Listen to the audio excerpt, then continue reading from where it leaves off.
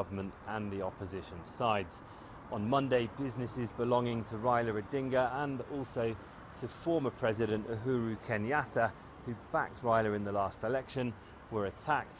Also, in the Kibera informal settlement here in Nairobi, a church and a mosque were burned. There were also widespread reports of violence targeting journalists covering the protests by police, by protesters and by armed gangs. Religious leaders and rights groups are calling for calm. People are waiting to see if the tensions will escalate or if the politicians will come to the table and make more deals. Malcolm Webb for Inside Story. Mì Cocomi Đại 90, mì to siêu năng lượng.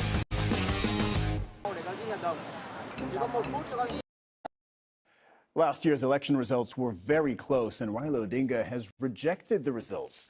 The longtime opposition leader has run for office 5 times and says he was cheated each time.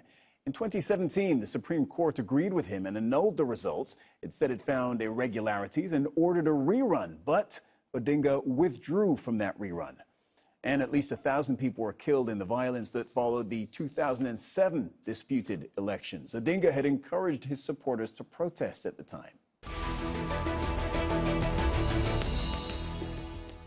Let's welcome our guests now. Farah Malim is a member of parliament, a member also of the Wiper Democratic Movement, a member of the opposition Azimio Coalition, and the former deputy speaker of Kenya's National Assembly. Thank you for joining us on the show.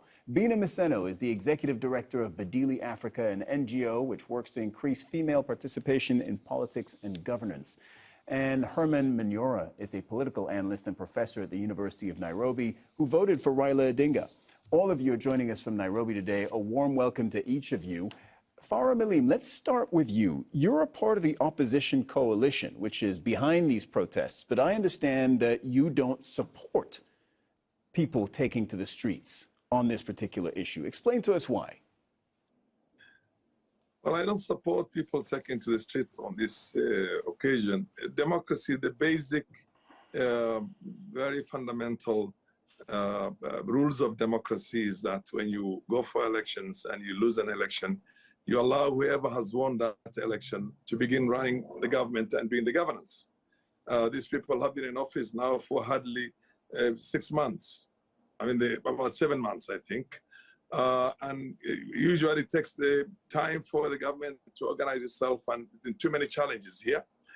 In any case, it's not our business to now tell the same government who defeated us in the last election, who went ahead and even defeated us in the parliamentary elections because the speaker comes from their side, the deputy speaker comes from their side.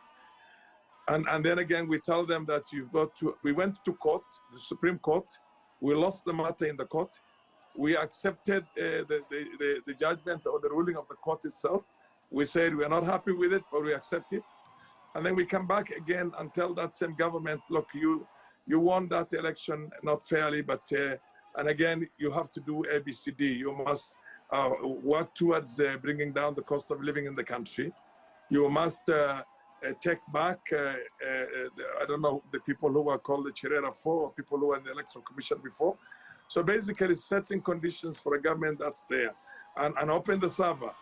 I mean, these are not things that the government can do because the servers are under the control of an independent body called the IEBC, the Independent Electoral and Boundaries Commission. So I think it's not fair. We just can't go out there into the streets because we lost the elections. We admitted, we accepted the defeat. We just have to give them an opportunity for them to start running the government. And then we will begin stock taking and use whatever mistakes they make in these 5 years to inform Kenyans and for us to win the next election. Okay, there's a lot to unpack in everything you just did, so it's a good thing we have like 20 plus minutes to do that. Bina, it is not, I take Farah's point that you have to let government govern, but at the same time, the opposition is there to oppose the government. Your take on what's happening right now in the streets of Nairobi and Kisumu and other parts of the country? I think, first of all, we have to acknowledge that some of the issues being raised by the opposition during the protest are valid reason but then also understand that we have a political issue and we have an economic issue, and we have to see how to solve both of those issues. You know, we live in a country where we don't even trust the institutions that actually oversee election, and that forms the basis upon which people don't trust whether the elections were credible or not, even though the Supreme Court did give a ruling and say that they legitimize the election of President William Ruto. So as long as we haven't strengthened the institutions that oversee elections, so that citizens can actually trust that elections were free, fair and credible, we are still going to see most of these problems, even in the next election in 2027. About the cost of living, are we struggling with the high cost of living? We are. You know, the median age in this country is 19 years old. We have so many young people who are jobless, right? And at the, the bottom line is, even for citizens, we did elect our leaders to actually serve our needs. Leaders who promised us that they're actually going to fulfill those promises when they are actually elected. So I think also citizens are fed up when they see a lot of politicking and less work being done. And if at all work is being done behind the scene, can that be explained to the public in such a way that we were supposed to have achieved this, let's say in the first 6 months, but we are not able to achieve this because of these very reasons. So give us time to achieve A, B, C.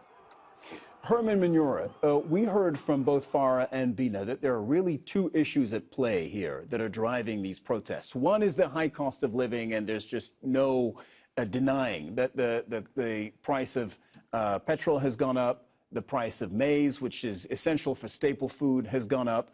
But another issue here is the political rivalry between Odinga, who narrowly lost the election to Ruto, and the president. Do you think that these protests, in your view, are legitimate? Do you think these two issues should be separated? Vision problems. Try this simple ice hack with water before bed. Every human has around 106 million cells in their eyes. These cells collect light signals and send them to our brains, where they're decoded in a way that allows us to see. These cells naturally deteriorate as we age. But in 2007, Harvard and Cambridge University scientists came together and discovered a Nobel Prize-winning way to regenerate them, a strange nighttime ritual that can bring back the God-given 20/20 vision you were born with. This strange ritual doesn't require eye drops, surgery, or expensive laser treatments, and can work, no matter if you've had declining vision for 2 months, 2 years, or 2 decades. It's so effective, it was recently featured by multiple news outlets including NBC, Fox News, and ABC. And now, you can use the blue button below to discover this strange, vision-restoring ritual in the first 3 minutes of a powerful presentation, made especially for folks who are worried about their eyesight. Folks like 58-year-old Kathy Smith. I can see a clearer change in my sight. 67-year-old Janet Morris. So far, my vision is improving. And 62-year-old Justin Goff. My vision is getting a lot better, and more importantly, so is my ability to enjoy life. This strange nighttime ritual has sent the greedy CEOs in the eye care industry scrambling to protect their obscene profits. So I urge you to stop everything you're doing and watch a short, free special video that in the first 3 minutes, explains how this Nobel-backed ritual can improve your vision and provide security for the rest of your life. Use the blue button below and watch now before it's too late.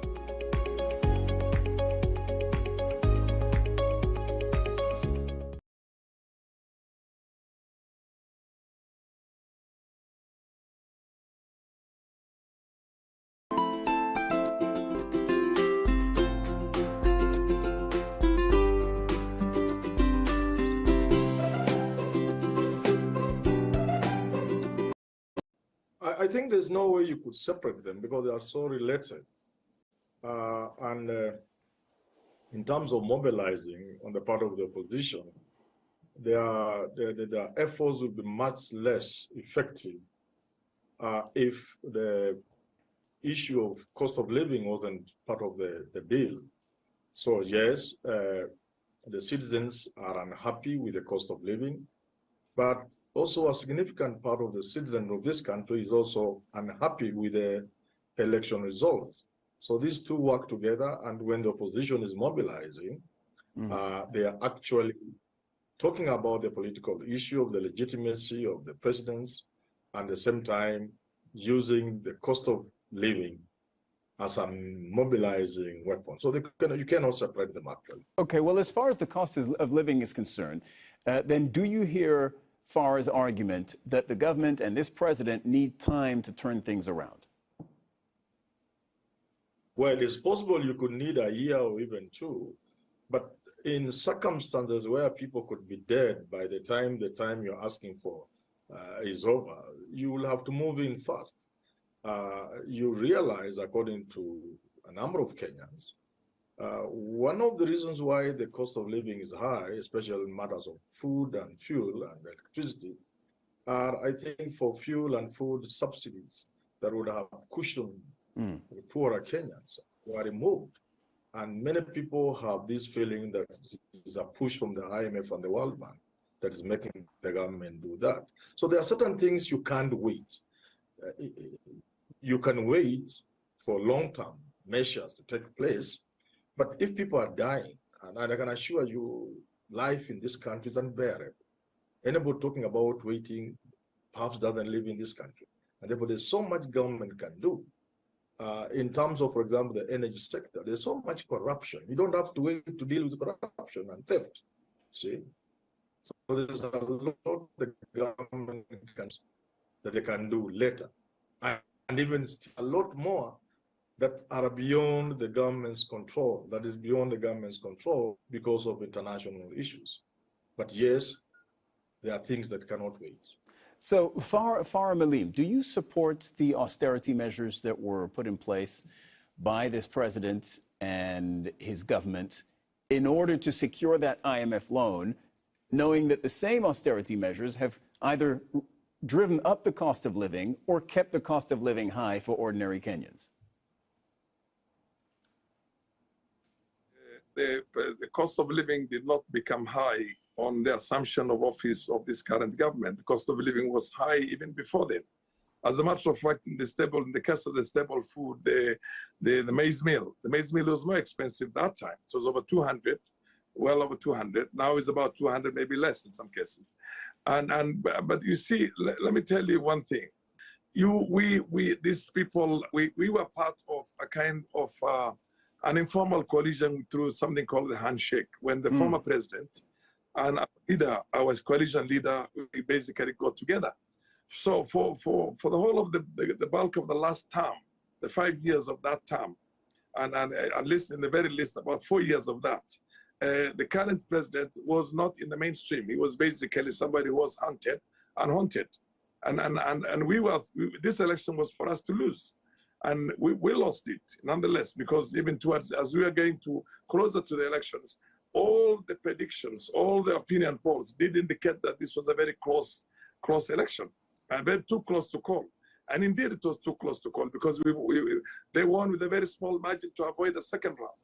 Now, for us to begin telling them that people are going to die before a year ends, and for the 4 years before that, the current president was nowhere near power. The power was basically concentrated in the former president and our own leader, whom we hoped to make the president.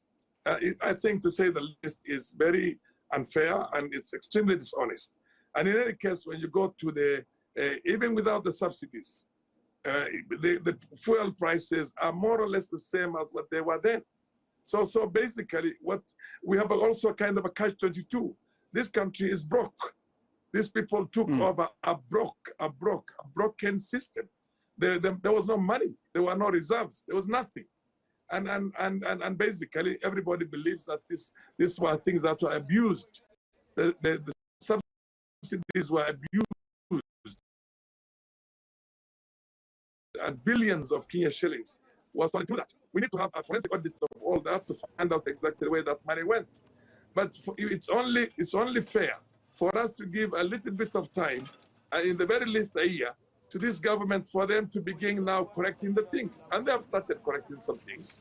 So I think for us to come out into the open, look, you can have people demonstrating as a constitutional right. It is not a spontaneous demonstration that is being done by Kenyans who are unable to bear the cost of living. No, it is one that is called for by our own coalition bosses. The leader, Raila Odinga, is the one who called for these demonstrations. So Farah Malim, if I could just jump in. if I can just jump in here, should you still be a member of the opposition coalition? Should you be in a coalition with Raila Odinga, given that so far you have been critical of the positions he's taken and you've been rather supportive, at least in this program, of the government, and you're in favor of giving them a grace period? Should you really still be politically in a coalition with Raila Odinga? Can I explain to you one thing? In my constituency, I put in more efforts and more resources to get all the votes for Raila.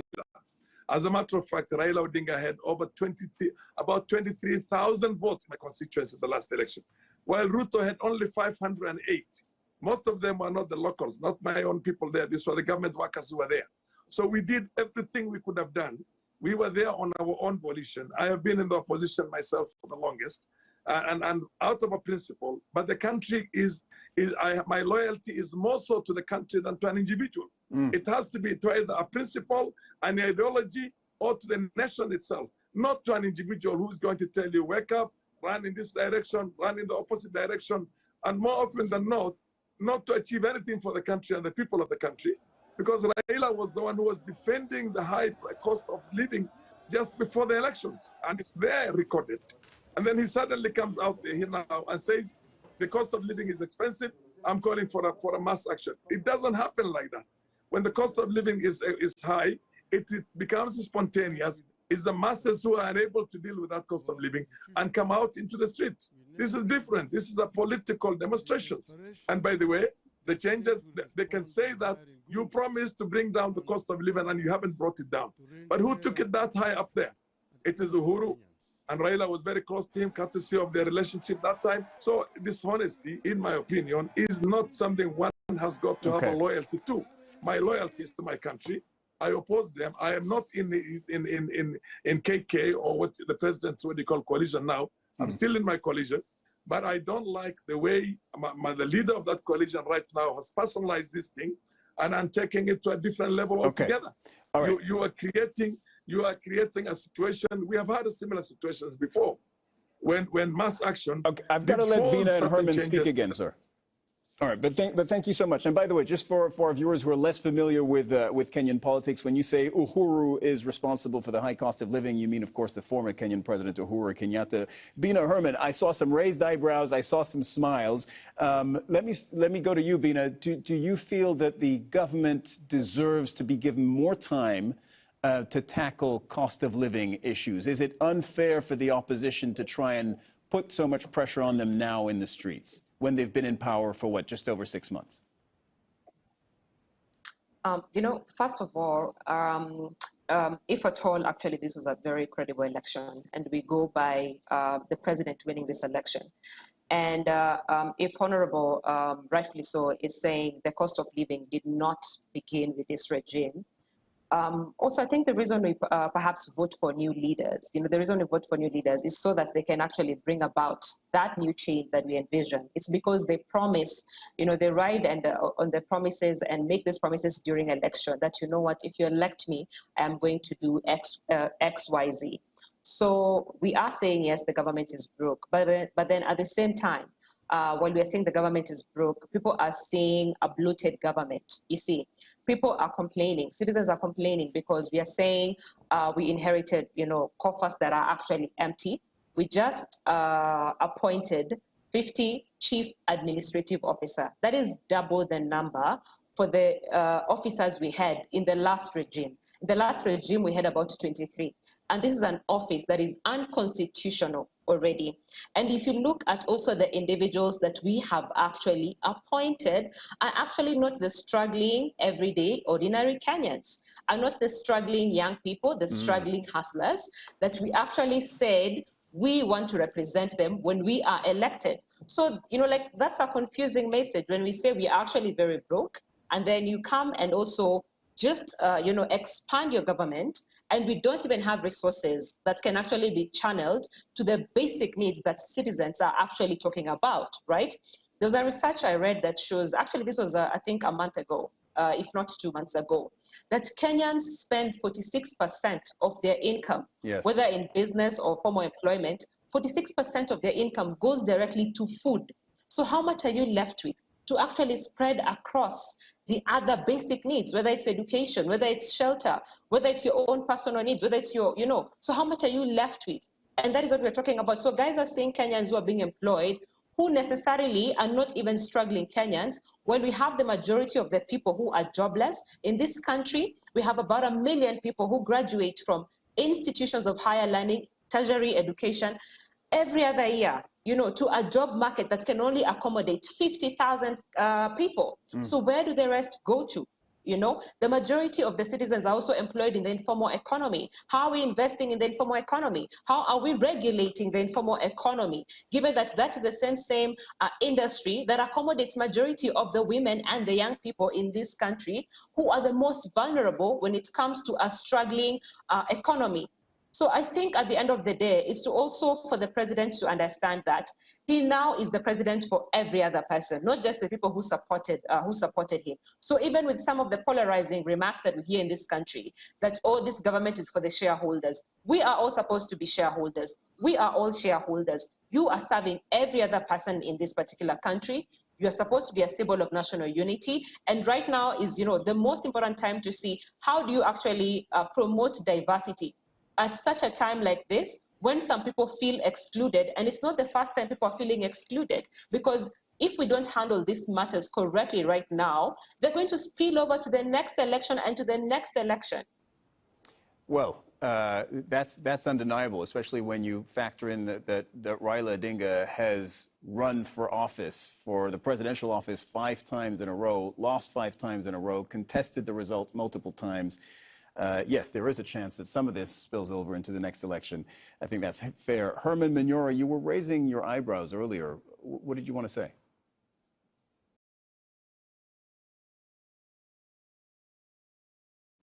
Who's ready to hatch some cool pets?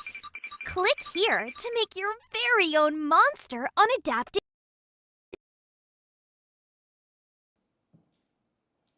I was listening to my friend, Farah Maalim, a very good friend of mine, and he sounded like a government apologist.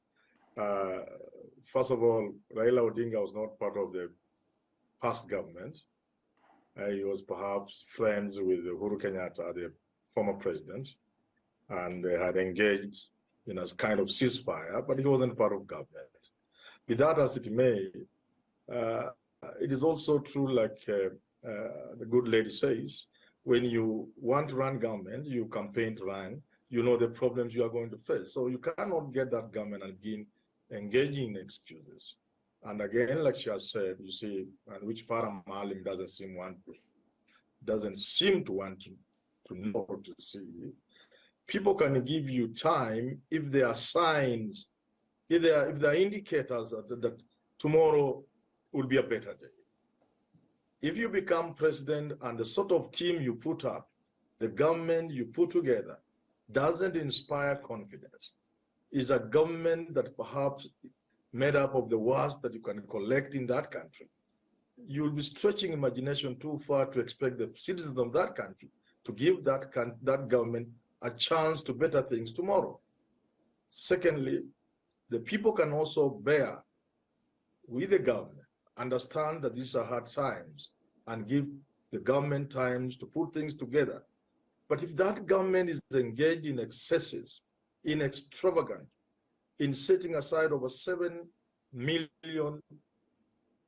to buy cars for 3 individuals, in excess appointment of unconstitutional officers, in excessive travel, in travel of government officers who have bloated delegations, in running down the country in homecomings and all sort of things where government resources are spent, you'll be expecting too much from the citizens of that country if you ask them to give that particular government time. Yes, government can be given time, and indeed it should be given time.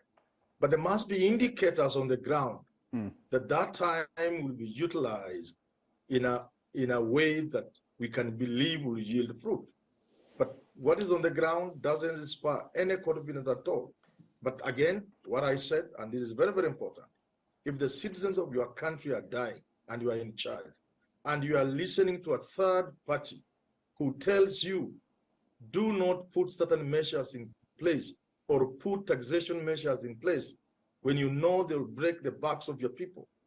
If you listen to an institution like the IMF telling you no subsidies, and yet you know very well your people are going to die, surely that cannot be acceptable, not in the 21st century, where the president of a country must make it his responsibility to ensure the people of his country at least survive and live just to survive. And therefore, these kind of things cannot wait, because if we wait, we are courting disaster.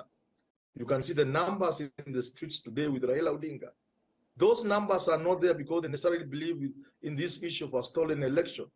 The numbers are mainly there because of the challenges, economic challenges, of the problem of food, of transport. Herman, I want to jump in because we have just 2 minutes left, and I am sorry to interrupt you respectfully. I want to ask all of you, does there need to be a handshake moment? So for background, what's known as the handshake moment in Kenyan politics is when Odinga stunned Kenyans, Raila Odinga stunned Kenyans after being bitterly opposed to then-President Uhuru Kenyatta by turning around, shaking his hand, and they had some form of informal coalition. And I couldn't call it co-governance, but they came to an agreement after being bitterly opposed. Farah Malim, you first. Does there need to be a handshake moment between President Ruto and Raila Odinga? And we only have a few moments left. I'll ask you to keep it short. Yeah, to begin with, the CAS, the Chief Administrative Secretaries that he has now appointed, was not something that started now. There's a precedent. They were initially appointed by Uhuru Kenyatta when he was head of state, and not now, but 10 years back. Okay, number one, president. In law, there's something called precedent. When this thing has been there before, and this man is just followed, but then the numbers, yes, you could debate the numbers. The second thing is that every time there is an election... I need an answer, sir. Does there need to be a handshake moment? No, there is no need to be a handshake between who and who. You see, if we're going to appreciate what's called a democracy, then we appreciate democracy within its confines and the way it is practiced all over. Not a democracy that's always after elections and new negotiations. The elite, the power elite, and I mean now the president and the opposition guy now come again into another agreement that only serves their interests. We have seen this many times before. All right. We don't have enough time, but I could have talked about it for days on end. And then they then massage one another's ego and agree. Nothing gets tamed. Corruption does not get tamed. The cost of living does not get tamed. Employment for Kenyans does not get tamed. It's just the two of them who are going to sit somewhere and have a banquet to share between themselves. I don't like that myself. I've seen many of it before. Okay, I'm afraid we're going to have to leave it there. But Farah Malim, Bina Maseno, Herman Manyora, I thank you so much for joining us and joining this panel today on Al Jazeera. And thank you, too, for watching. You can see the program again anytime.